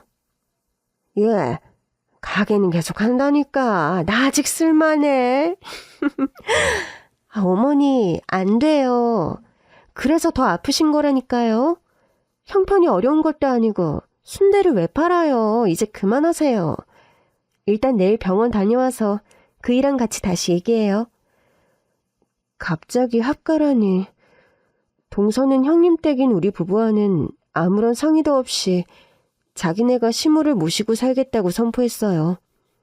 그러면서 시무의 유일한 낙이자 삶 그 자체인 순대집도 그만하게 하겠다면서 시무와 장난스럽게 툭탁거리더군요. 시무의 눈에서도 꿀이 떨어졌죠. 안 그래도 박사며느리라고 자랑자랑하고 다녔는데 병원 검진 예약도 척척 아픈 시모 모시겠다고 합가까지 하겠다는 둘째 며느리가 얼마나 예뻤을지 저도 이해는 갔어요. 누가 됐든 혼자 사는 시모를 모시고 산다는 건 좋은 일이지만 동서가 갑자기 그러겠다는 게 납득이 잘 안 갔을 뿐이죠. 시동생 결혼 전에도 합가 얘기가 나왔는데 동서가 거절했다고 들었거든요. 새 아파트 들어가기 전까지만 살라고 해도 아득바득 싫다고 했던 사람이 무슨 바람이 들었나 의심이 들 수밖에 없더라고요. 시모는 일찍 남편과 사별하고 풀빵 장사부터 시작해서 포장마차, 식당 주방일 등 안 해본 일 없이 열심히 살았다고 해요. 동네 사람 말 듣고 했던 작은 땅 투자가 잘 돼서 목돈을 벌게 된 이후 점점 가게를 늘려가며 순댓국 장사만 25년을 했죠. 시모가 알부자라는 얘긴 들었지만 제 예상보다 재산이 더 많았어요. 저는 주변에서 시집 잘 갔다는 얘기를 들어도 내 재산이라고 생각해 본 적이 없었어요. 당시 60도 안 된 시모가 혼자 외롭게 사는 게 안타까웠을 뿐이죠.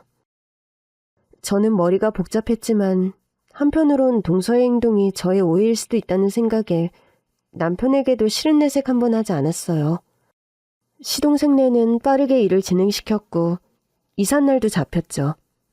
그런데 얼마 안 있어 시모가 갑자기 제가 일하는 채소가게로 씩씩대며 찾아왔습니다. 너 뭐라고 했길래 둘째가 아침부터 또 울고불고 난리인 거냐? 너는 대체 뭐가 그렇게 마음에 안 들어서 어린 동서한테 그렇게 못되게 굴어? 어디서 못된 것만 배워가지고 못 배운 안을 거기서 푸는 거야 뭐야? 어머니 지금 무슨 소리세요? 동서가 또 뭐라고 했어요? 아니 걔네가 살던 집 전세가 안 나가서 당장 양쪽 집 살림하게 됐으니 부동산 왔다 갔다 하는 것 좀 신경 써달라고 부탁했다며. 그게 그렇게 힘들디? 형님이 돼서는. 어머니 저나 그이나 일하는 사람인데 어떻게 일일이 그걸 신경 써요. 심지어 우리 동네도 아니잖아요. 동서도 놀고 있고요. 그리고 자기 집은 자기가 관리해야지. 그런 부탁을 하는 게 상식적으로 저는. 상식? 너는 상식이 있고 상식이 있는 애가 거의 빈손으로 시집 오지 않았어? 네가 평생 번 돈 니네 동생들 지금 사는 집 보증금으로 다 들어가 있고 아직도 둘째 동생은 대학생인데 등록금도 다 대주는 거지? 내가 장사만 30년이다. 내 눈 속이려 들어도 넌 안 돼 나한테. 어머, 얘기가 왜 거기로 튀세요? 지금 동선의 집 전세 내놓는 거 얘기하다가 왜 얘기가 거기로 튀어요? 어머니, 그리고 저 빈손으로 시집 오지 않았고요. 어머니 지금 사시는 집 가전제품도 다 오래돼서 제가 싹 바꿔드렸고 혼수도 다 최신으로 해왔고요. 그이도 처음부터 취업이 됐던 것도 아니고 모아놓은 돈도 하나 없어서 최근까지 제가 벌어 생활했어요. 지금도 제가 더 벌고요. 얘 좀 봐라. 옳거니. 이게 네 속마음이지? 이렇게 생각해놓고 세상 날개 없는 천사처럼 야가 빠진 것. 옛말에 착한 척하는 게 더 나쁜 거라 그랬다. 이제야 본색을 드러내네. 내 이래서 그렇게 결혼을 반대한 거야. 네가 좋아 죽겠다고 네가 다 먹여 살릴 것처럼 내 아들 포쌈에 가놓고 고작 시장 일에서 몇 푼 더 번다고 남편을 괄시해. 네 주제에 어떻게 우리 아들 같은 애를 만나길. 괄시라고요? 제가 지금 받고 있는 게 괄시예요. 그리고 이른 시간부터 장사하는 집에 오셔서 뭐 하시는 거예요? 상도도 없어요? 그리고 이제 못 참아요, 저. 없는 얘기 좀 이제 그만 지어내세요. 그 좁은 시장통에서 시모와 며느리가 지지고 볶고 싸우는 꼴이란 정말 귀까지 뜨거워졌습니다. 그래도 장사를 해야 하니 씩씩거리며 분에 겨워하는 시모를 돌려보내고 한창 바쁘게 일하고 있는데 남편까지 전화와서 화를 내더군요. 나이 든 자기 엄마한테 그렇게까지 험하게 말해야 하냐면서 연애할 때부터 당신이 시니컬한 건 알았는데 해도 너무한다는 등 남의 속도 모르고 고부간 예절 운운하는 남편이 원망스럽기까지 했어요. 그날 늦은 밤까지 일을 하고 집에 왔는데 남편은 집에 없고 부재중 전화가 또 여러 개 와 있었어요. 남편이 일하는데 싸우자고 연락한 것 같아서 안 받은 것도 있는데 생각보다 전화가 더 많이 와 있더군요. 집에 오면 있을 줄 알았더니 남편은 없고 뭔가 불안한 마음이 들어 남편에게 전화를 걸었습니다. 여보, 어디야? 나 오늘 일 많아서 전화 늦게 받았어. 야, 너 또 일 핑계지? 지긋지긋하다. 누가 들으면 나라님인 줄 알겠어. 세상에 네가 제일 바쁘지? 무슨 말을 그렇게 해? 그래서 지금 어딘데? 어머니 쓰러지셔서 집에 다 모였으니까 너도 빨리 와. 쪽팔려 죽겠다 나 지금. 너 때문에. 쓰러지셨다고? 갑자기 왜? 말 길게 시킬 정신이 있어?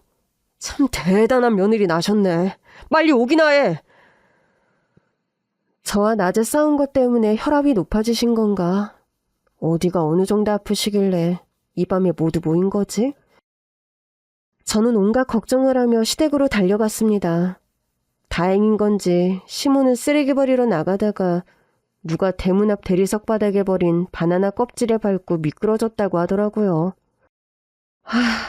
허리를 삐끗한 것 같은데 병원에 가자고 해도 도통 얘기 듣지도 않고 제가 사과를 해야만 간다고 바득바득 우기고 계셨다고 해요. 바나나 껍질을 원망하는 게 아니라 다친 것도 모두 제 잘못이었던 거죠. 저와 싸워서 집에 일찍 와서 그런 일이 생겼다나. 어안이 벙벙했습니다. 저를 무시하던 시동생은 제게 한 소리 할 줄 알았는데 그날따라 고개를 푹 숙이고 있었고 동서는 시모가 다친 것이 되레 신나 보이더군요. 누워있는 시모의 팔다리를 주무르며 온갖 알랑방귀를 다 뀌고 있었습니다. 저는 어쩔 수 없이 시모에게 무릎을 꿇고 사과했고 다음날 병원에 가는 것으로 설득시켰어요. 시모에게 미안해하는 남편 때문에 저는 그날 그 집에서 자며 시모의 수발을 들게 됐죠. 동서도 질세라 자고 가겠다고 해서 그날 밤은 모두 한 집에서 자게 됐습니다. 특히 굳이 안 그래도 되는데 동서와 저는 시모를 가운데 두고 잤어요. 시모는 아픈 기색 없이 드르렁드르렁 코를 골며 금방 잠이 들었고 늦게까지 어디론가 그렇게 문자를 하던 동서도 피곤은 했는지 코를 골며 잠을 자더군요.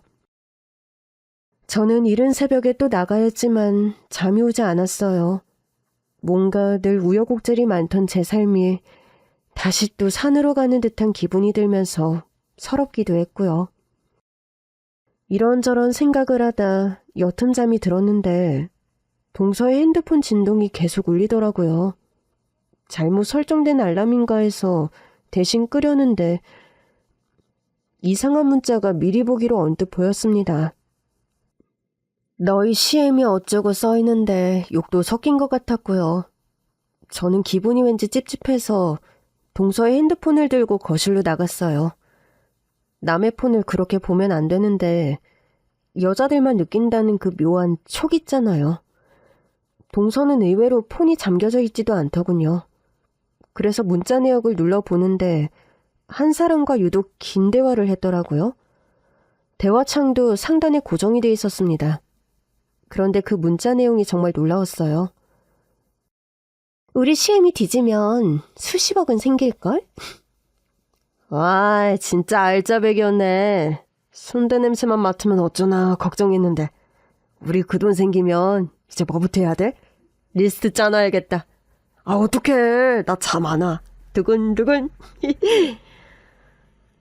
저는 동서와 웬 남자가 주고받은 문자를 보고 하마터면 꽥 하고 소리를 지를 뻔했어요.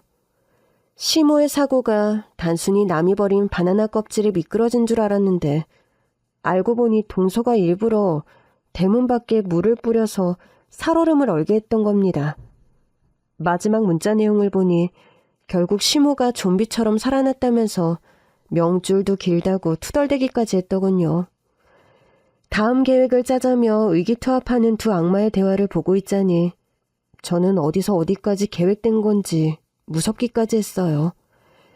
그 계획에 우리 가족 전체가 있을 수도 있다는 생각도 들었고요. 사람을 죽여가면서까지 재산을 탐하는 사람이라면 위로 형님네가 있다는 게 또 얼마나 눈에 가시였겠어요?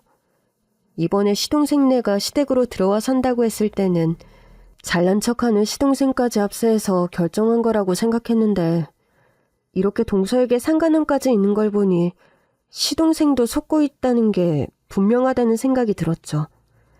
저는 일단 그날은 모두에게 모른 척하고 잤습니다. 그리고 다음 날 오후 시동생에게 연락을 했어요. 그런데 그게 끝이 아니었어요. 시동생은 이 모든 비밀을 알고 있었던 겁니다. 심지어 동서의 파란만장한 과거도 모두 알고 있었는데 정말 놀랍기 그지없었습니다. 고고하게 굴던 박사님과는 너무 거리가 멀어 보였죠. 얘기인즉슨 동서는 시동생과 결혼하기 전부터 오랫동안 사귀던 남자가 있었지만 그 남자가 너무 가난한 집 장남이라 동거만 오래 했다는 거예요. 그러다 중절 수술만 여러 번, 나중엔 불임 판정까지 받고 자신을 먹여 살린 남자를 물색한 거였죠. 그러던 중 우연히 시장에서 떡볶이를 먹다가 순댓집 주인이 알부자라는 얘기를 듣고 시동생에게 계획적으로 접근을 했다는 거였습니다. 막장도 이런 막장이 없구나 학을 떼고 있는데 심지어 이번 시모의 사고도 처음이 아니었다는 겁니다. 지금부터 하나씩 열거를 해볼게요. 당뇨가 있는 시모에게 일부러 탄수화물과 단 음식을 많이 먹이는 것은 기본이었는데 그 방법도 참 치졸했어요. 달달한 커피를 좋아하던 시모에게 미국에 사는 친구가 선물했다며 설탕 없이 단맛이 나는 커피라고 속인 거예요. 그리고는 설탕을 때려 부은 커피를 계속 먹인 겁니다. 심지어 10병이나 직접 제조해서 시댁 냉장고를 한가득 채워놓고 쓰러지길 고사를 지낸 거죠. 아무것도 모르는 시모는 박사 며느리라 이렇게 신기한 물질을 미국에서 얻어왔다며 친구들도 안 주고 매일 몇 잔씩 혼자 먹었다고 해요.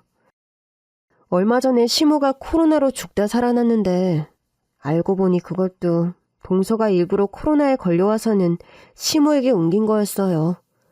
평소 기관지와 폐가 안 좋던 시모는 코로나가 걸리기도 전에 순댓집을 자체 휴업할 정도로 감염에 신경 쓰던 사람이었거든요. 대체 어디서 걸렸나 했더니 그 예뻐하던 둘째 며느리였던 거죠. 당시 동서는 자긴 아니라고 발뺌을 했거든요.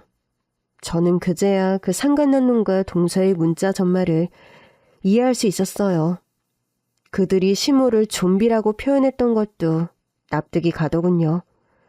시동생은 동서와 상간남 사이를 눈치채고 뒤를 밟던 중 황당하게도 다른 곳도 아닌 자신의 어머니 집 앞에서 이런 개수작을 부리는 두 사람을 목격한 거죠.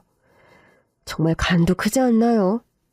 이후 시동생은 시모의 안전을 위해서 집안 곳곳에 몰래 CCTV를 설치해 두었고 그 안에는 시모가 시장을 간 틈을 노린 그들의 만행들이 고스란히 담겨 있었다고 해요. 더럽게도 시댁에서 그 짓까지 했다는 겁니다. 인간이라면 할 수 없는 짓 아닌가요? 증거로도 이건 빼박이고요. 시동생은 그들에게 복수를 할 거라며 저에게 일단 가만히 있어달라고 하더군요. 결혼 후 거의 처음으로 대화를 나눈 건데 늘 잘난 척이 몸에 배어있다고 생각했던 시동생은 완전 다른 사람이 되어 있었어요. 저에게 그동안 미안했다며 사과도 했고요. 하지만 이대로 시동생에게만 이 짐을 다 지울 수는 없었습니다. 그래도 결혼해서 살던 아내인데 자신은 물론 자신의 어머니를 해하려 했다는 게 얼마나 충격이겠어요.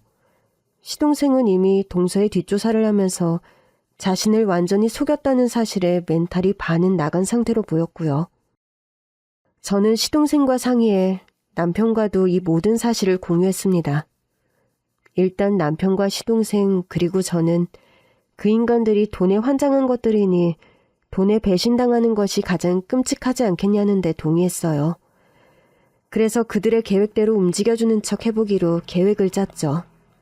시동생이 이미 동서의 핸드폰을 몰래 볼 수 있는 복제폰을 만들어 놓은 상태여서 일이 더 순조로웠습니다. 그들의 계획을 미리 엿볼 수 있었으니까요. 참, 저희는 그 내용을 법정에서 증거로 쓰려는 게 아니라 미리 정보를 알아낸 후 대응하기 위한 수단으로 활용했다는 점을 미리 밝힐게요. 동서와 상간남은 다음 계획으로 아파서 골골대는 시모를 끌고 놀이동산에 가려는 계획을 세웠어요. 아니, 허리 다친 사람을 데리고 무슨 놀이동산인가. 생각보다 머리가 안 좋네? 라고 생각했는데 그들의 잔인함에 또 한 번 놀랐죠. 평소 운전면허를 따고 싶어 하던 시모에게 운전 연습을 시켜준다고 깬 다음 범퍼카에 태워 일부러 처박아서 허리를 더 아프게 하고 안 되면 바이킹에서 밀어버리자며 낄낄대고 있더라고요. 최종 계획이 더 무서웠어요. 놀이동산이 외진 곳에 있으니 날이 어두워지면 산길에서 잠깐 내리게 해서 세워두고 다른 차로 치어서 뺑소니 사고로 둔갑시키자는 것이 최종 계획이었습니다. 정말 세상에 이런 악마들이 또 있나 싶었죠. 디데이가 됐고 동서는 계획대로 시모에게 이럴 때일수록 걷고 움직여야 한다며 동물원이 있는 넓은 놀이동산에 데려갔습니다. 너무 넓어서 걷다가 없던 병도 생길 것만 같은데 허리 다친 사람을 데리고 간 거죠. 남편과 시동생과 저는 동서와 상간남이 눈치채지 않게 평소 안 입는 옷으로 갈아입고 나름 분장을 한 후에 뒤를 쫓았어요. 동서는 시모에게 달달한 아이스크림을 먹이면서 1차 계획인 범퍼카 앞에 줄 서 있더군요. 어머니, 평생 하니 차 한 대 없는 거라면서요? 이제 어머니도 세상 알아주는 사장님인데 멋있게 커리어우먼처럼 띠띠빵빵 운전하셔야죠. 그런데 저런 장난감 차로 운전 연습이 되는 게냐? 그럼요. 지금 당장 연수받기는 힘들고 허리도 아프고 공기 좋은 놀이동산 와서 재미로 타면서 운전 연습도 하는 거죠 뭐. 제가 가르쳐 드릴게요.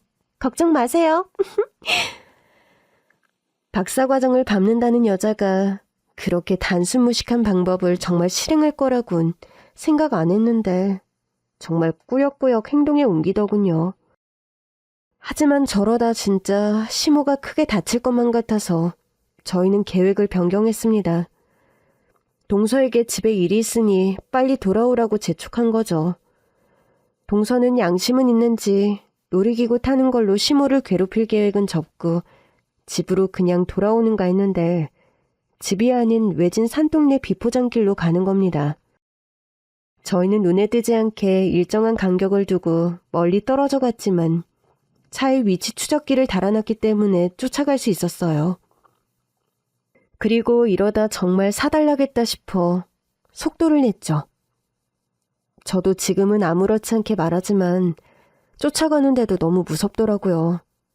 만약 이렇게 쫓기만 하고 막지 못한다면, 그래서 시모가 목숨이라도 잃게 된다면, 이미 증거도 충분한데 괜히 놀려먹으려다 정말 시모가 잘못된다면 온갖 생각들이 머리를 어지럽혔습니다. 운전을 하던 남편도 마음이 급했는지 차를 세게 밟고 가는데 멀리 산기슭 마을로 들어서는 입구에 작은 전봇대가 보였어요. 그리고 웬 차가 대각선으로 처박혀서 연기가 폴폴 나고 있었습니다. 저와 남편은 벨트를 끊어내듯 풀어헤치고 차를 향해 달려갔습니다.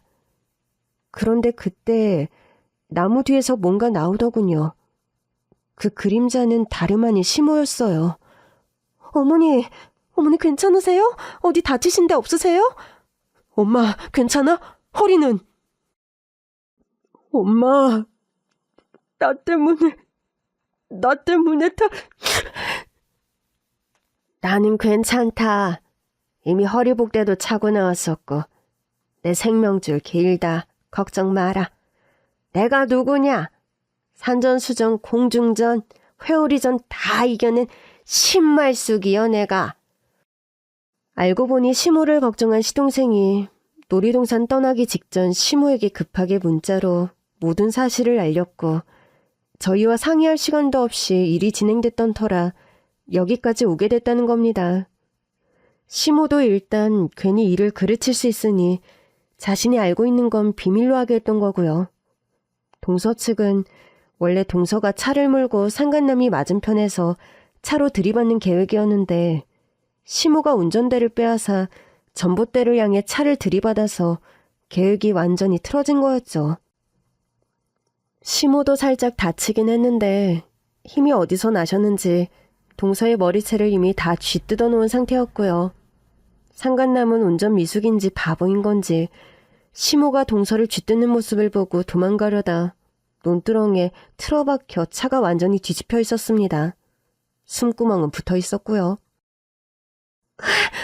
저 살려주세요. 자기야, 어머니 살려주세요. 잘못했어요. 저 좀 살려주세요. 꺼내주세요. 살려주세요. 저 좀 살려주세요. 잘못했어요. 이보세요들. 그런 말이 나와? 당신 연놈들 이제 다 끝났어. 어디 콩밥 제대로 처먹어봐. 형님 잘못했어요. 나가면 잘할게요. 이 차에서 일단 꺼내주세요. 형님 좋아하네. 나쁜 년. 아직도 뚫린 입이라고 어디서 뭐라고 짓거리는 거야. 상간남이랑 같이 콩밥 맛있게 드셔. 저희는 동서와 상간남에 대한 모든 정보를 경찰에 넘겼고 형사는 기본 민사소송 등 할 수 있는 건 다 했습니다. 완벽한 승리는 당연하고요. 시모는 허리와 손목 등 몸에 무리가 많이 갔지만 열심히 치료받고 재활해서 지금은 건강하세요. 또 그 일이 있고 난 후부턴 저에겐 완전히 친딸처럼 대해주고 계시고요. 시동생도 전과 달리 형에게 잘하고 저에게도 형수 대접하며 지금은 완전히 한 가족이 된 기분입니다. 지금같이 행복한 시간이 내 인생에 또 있었나 싶어요. 무엇보다 지금은 시댁에서 다 같이 모여 살고 있는데 매일 웃음이 끊기는 일이 없고요. 다행히 시동생도 동네 분식집 아가씨와 연애 중이에요. 마음의 상처가 꽤 오래 갈 것 같아서 걱정했는데 정말 다행이지 뭐예요. 타인을 계급으로 따지던 시동생은 정말 딴 사람이 됐고요. 잘하면 내년엔 분식집 아가씨랑 결혼도 할 것 같아요. 그때도 다 같이 모여 살자며 리모델링 계획도 세우고 있어요. 짠순이 같던 시모도 이제 돈도 팍팍 잘 쓰세요. 제 개인적으로 가장 기쁜 소식은 난임인 줄 알았던 저희 부부에게 최근 소중한 생명이 찾아왔다는 거예요. 채소 가게 그만두고 몸이 근질근질해서 시장에 다시 나가야 되나 생각하고 있었는데 이놈 아주 효자죠? 지엄마 이제 고생하지 말라고 강제로 일을 쉬게 만들어주네요. 저는 착한 사람을 복을 받는다는 말을 믿어요. 그리고 나쁜 사람은 천벌받는다는 것도요. 그런 마음으로 살다 보면 저처럼 행복해질 날도 있을 거예요. 모두 앞으로의 삶에서 행복한 날들이 더 많기를 바라겠습니다. 지금까지 제 얘기 들어주셔서 감사합니다.